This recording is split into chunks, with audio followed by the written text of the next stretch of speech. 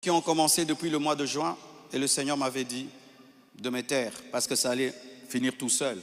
Et j'ai vu comment c'est fini tout seul. Mais il y a d'autres niveaux d'attaque. Dieu m'a dit là, tu vas parler. Soyez en paix. Dieu m'a donné la sagesse de parler maintenant. Soyez en paix, respirez.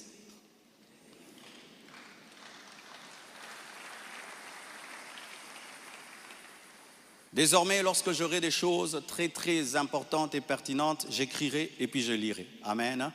Comme ça, je reste vraiment dans ce que je devais dire et ce que Dieu m'a demandé de dire. Shalom bien-aimé. Et j'aimerais que ça passe en ligne. Comme le combat est sur Internet, la réponse est sur Internet également.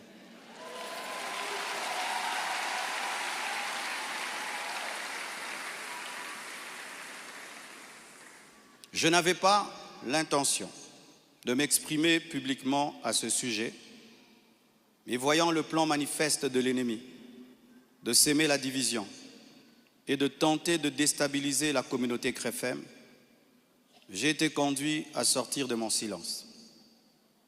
Et cela se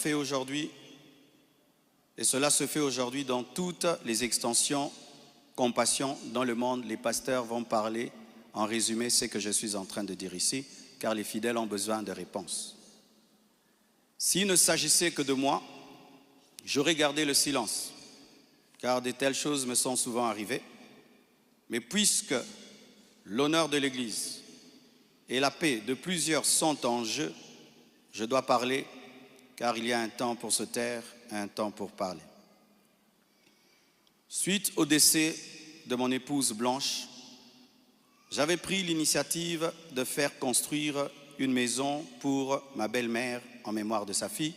Et c'était ça le plan, d'ailleurs, je ne sais pas s'il y a les photos, c'était ça le plan de cette maison R+1. Par amour pour elle, par amour pour sa fille, en mémoire d'elle.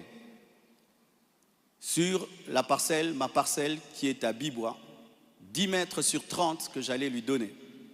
10 mètres, 15 mètres sur 30, ou 10 mètres sur 30, j'ai oublié. Alors, lorsque j'ai décidé de le faire, le projet était déjà en cours avec son fils et un architecte, d'ailleurs celui qui est en train de nous construire ici. J'ai décidé d'en informer également la branche paternelle de la famille, pour des raisons de transparence. C'est alors que l'on m'a demandé de donner la même chose en espèces pour la famille paternelle. Ça veut dire l'argent que je vais dépenser pour construire cette maison pour la maman, que je donne aussi la même somme du côté du papa. J'ai expliqué que je ne pouvais donner que 250 000 $ pour l'ensemble des deux familles, considérant que je n'ai qu'une seule belle famille et qu'il leur revenait de se répartir cela entre eux. Mais à ma grande surprise, on m'a dit que la maison était considérée comme un cadeau que Blanche avait promis un jour et qu'elle ne comptait pas donc dans l'héritage. Ils exigeaient donc une somme supplémentaire pour atteindre un total de 800 000 $. Par ailleurs, certains membres de leur famille ont contesté ma désignation légale comme liquidateur de mes propres biens, réclamant que ce rôle soit attribué à ma belle-mère. Ce que j'ai catégoriquement refusé, car cela ne respecte ni le droit ni l'équilibre. Comment je peux être vivant et c'est quelqu'un d'autre qui va liquider mes biens? Ils m'ont également reproché d'avoir exprimé pendant le deuil ma volonté de ne plus me remarier, une déclaration faite sous le choc et la douleur, car lorsqu'on pleure, on dit des choses, en prétendant que j'avais menti parce que j'ai finalement choisi de reconstruire ma vie. L'un d'eux m'a même dit que je devais rester veuf jusqu'à ce qu'ils reçoivent leur héritage. 2 réunions ont eu lieu entre moi et une partie de ma belle famille. Malheureusement, aucun accord n'a pu être trouvé. Ils m'ont officiellement réclamé 800 000 $ au travers de mes avocats, tandis que j'avais proposé 250 000 $ à l'amiable, par amour, par respect et pour honorer la mémoire de Blanche. Cela alors même que dans ma famille Tounassi, les biens sont toujours laissés à 100% aux orphelins, car c'est là notre coutume, nous ne dérangeons jamais les veuves ni les veufs, tout est donné aux orphelins. Suite à cette impasse, nous avons lancé un inventaire légal de mes biens, conformément au code de la famille en RDC, dans le cadre d'un régime de communauté de biens avec 4 héritiers.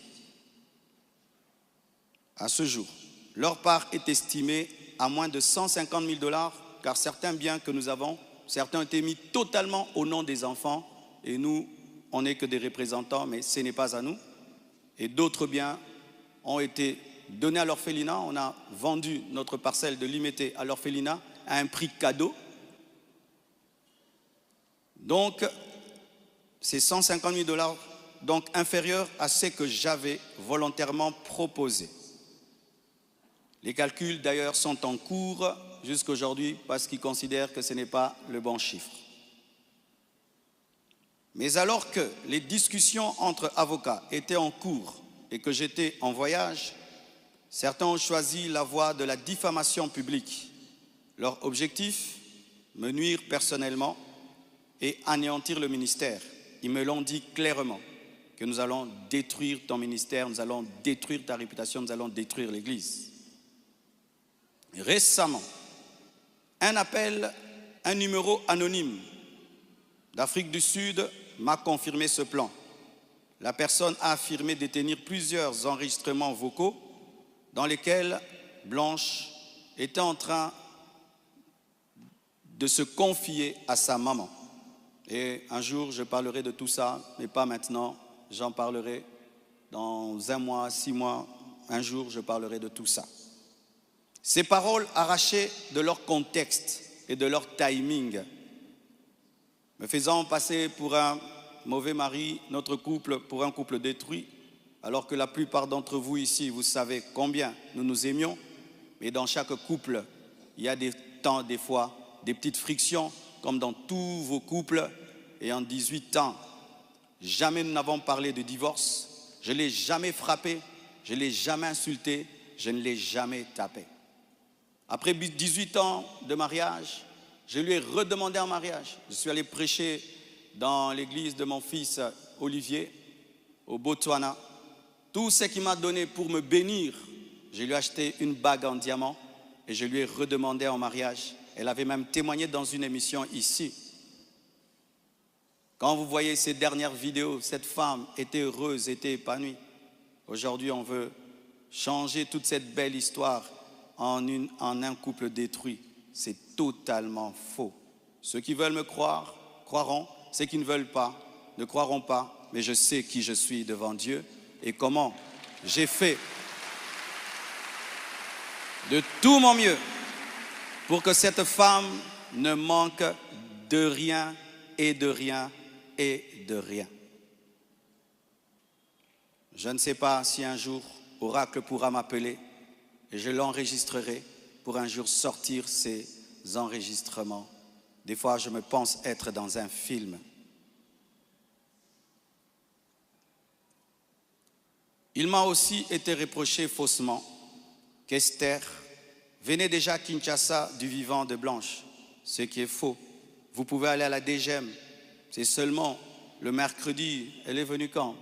Mercredi qu'elle est venue. Et d'ailleurs, quand elle est arrivée à l'aéroport, la DGM devait l'amener parce que c'était sa première fois. Je l'ai rencontrée après le départ de Blanche au travers d'un ami. Avant cela, je ne la connaissais pas, on ne se connaissait pas. Et on dit que j'allais souvent au Canada, plus de 10 fois. De toute ma vie, je suis allé au Canada que 2 fois, pendant que Blanche était vivante. Et après, j'ai voulu aller, je n'ai pas eu le visa. Ceux qui font mes démarches de visa du Canada sont là. Je ne suis même pas allé 3 fois au Canada dans ma vie. Et ce qui est pire, on dit que j'ai pris ces biens, ces sacs, c'est plutôt ces habits, j'ai mis dans des sacs poubelles pour donner à la belle famille. Est-ce que toi, tu gardes tes habits dans des sacs poubelles pour que moi j'ai des sacs poubelles à mettre des vêtements? On a mis ces habits dans des valises et dans des gros sacs parce qu'il y en avait beaucoup. Quand ils sont venus prendre les habits, ils ont cru qu'il y en aurait quelques-uns. Il n'y avait pas assez de place dans leur voiture. J'ai dû leur prêter même un bus pour amener les habits. Il y avait au moins 4 grandes valises et des grands sacs. Les sacs là qu'on utilise quand on a trop de vêtements. Mais ce ne sont pas des sacs poubelles. Plus de 6, si j'ai oublié. J'ai même la photo, je compte parce qu'il faut être précis. C'est ça, 4 valises et 1, 2, 3, 4, 5, 6 grands sacs. Et si certains doutent, je vais vous envoyer tout ça au président des départements. Vous aurez ces photos. Tout ça pourquoi?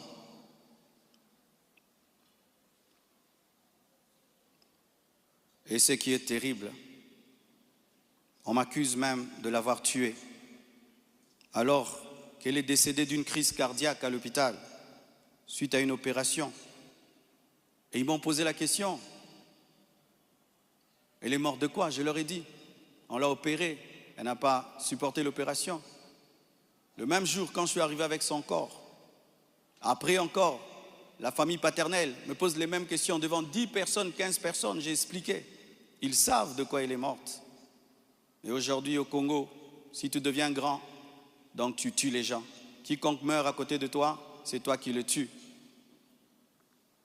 Le jour que Dieu t'élèvera, tu comprendras ça. Tu dois prier que tout le monde vive 90 ans. Si les gens commencent à mourir, c'est toi qui les tues. Comment peux-je tuer la mère de mes enfants? Priver Tabiri de sa maman? Comment? Même toi, qui viens de te convertir, tu ne peux pas faire une telle chose. Moi, serviteur de Dieu. Elle est partie en Turquie samedi. Je l'ai suivie dimanche. On s'est rencontrés même avec papa à l'aéroport. Elle était déjà partie. Elle me disait de venir parce que pour son opération, il fallait que le mari signe. Et je suis arrivé, j'ai signé. Même pour une césarienne, on signe. Elle est partie, elle n'est jamais plus revenue. Et comment son corps est venu vite? Frère, le problème souvent, c'est que les gens attribuent aux autres leur pauvreté. Lorsqu'il n'y a pas les moyens, quelqu'un peut mourir lundi pour que le corps vienne. On prend 2 semaines de cotisation. Mais quand Dieu t'a béni et tu as des relations, et même le médecin est touché par ce qui t'est arrivé, c'est ce médecin qui a tout fait. Je dis, je ne peux pas dormir dans votre pays, je ne peux pas rester, je ne peux pas supporter. Je dois partir demain. Mes enfants ne peuvent pas rester en train de pleurer dans ce pays. Il a dit, qu'est-ce que tu veux que je fasse? J'ai dit, fais tout, que je rentre. Il a tout fait et on est venu. Et c'est la sorcellerie. Comment quelqu'un peut mourir tel jour? Du coup, vous prenez le corps, vous amenez, c'est trop vite. Donc vraiment, c'est terrible, terrible. Vraiment le niveau de raisonnement que les Congolais nous avons atteint, vraiment. Vraiment que les écoles recommencent, je ne sais pas, vraiment. C'est terrible. Des fois, je me dis, tous les derniers de la classe qu'on ne voyait plus, ils sont remplis maintenant, là-bas.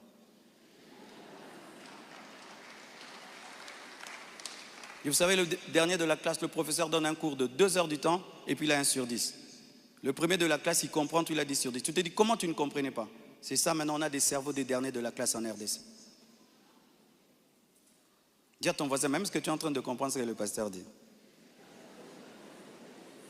Il faut vérifier, hein. Peut-être tu es un dernier de la classe à côté de toi.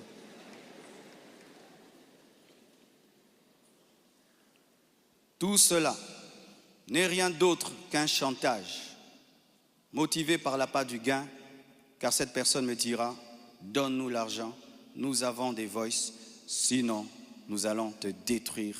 Tout ça, c'est un chantage motivé par l'appât du gain.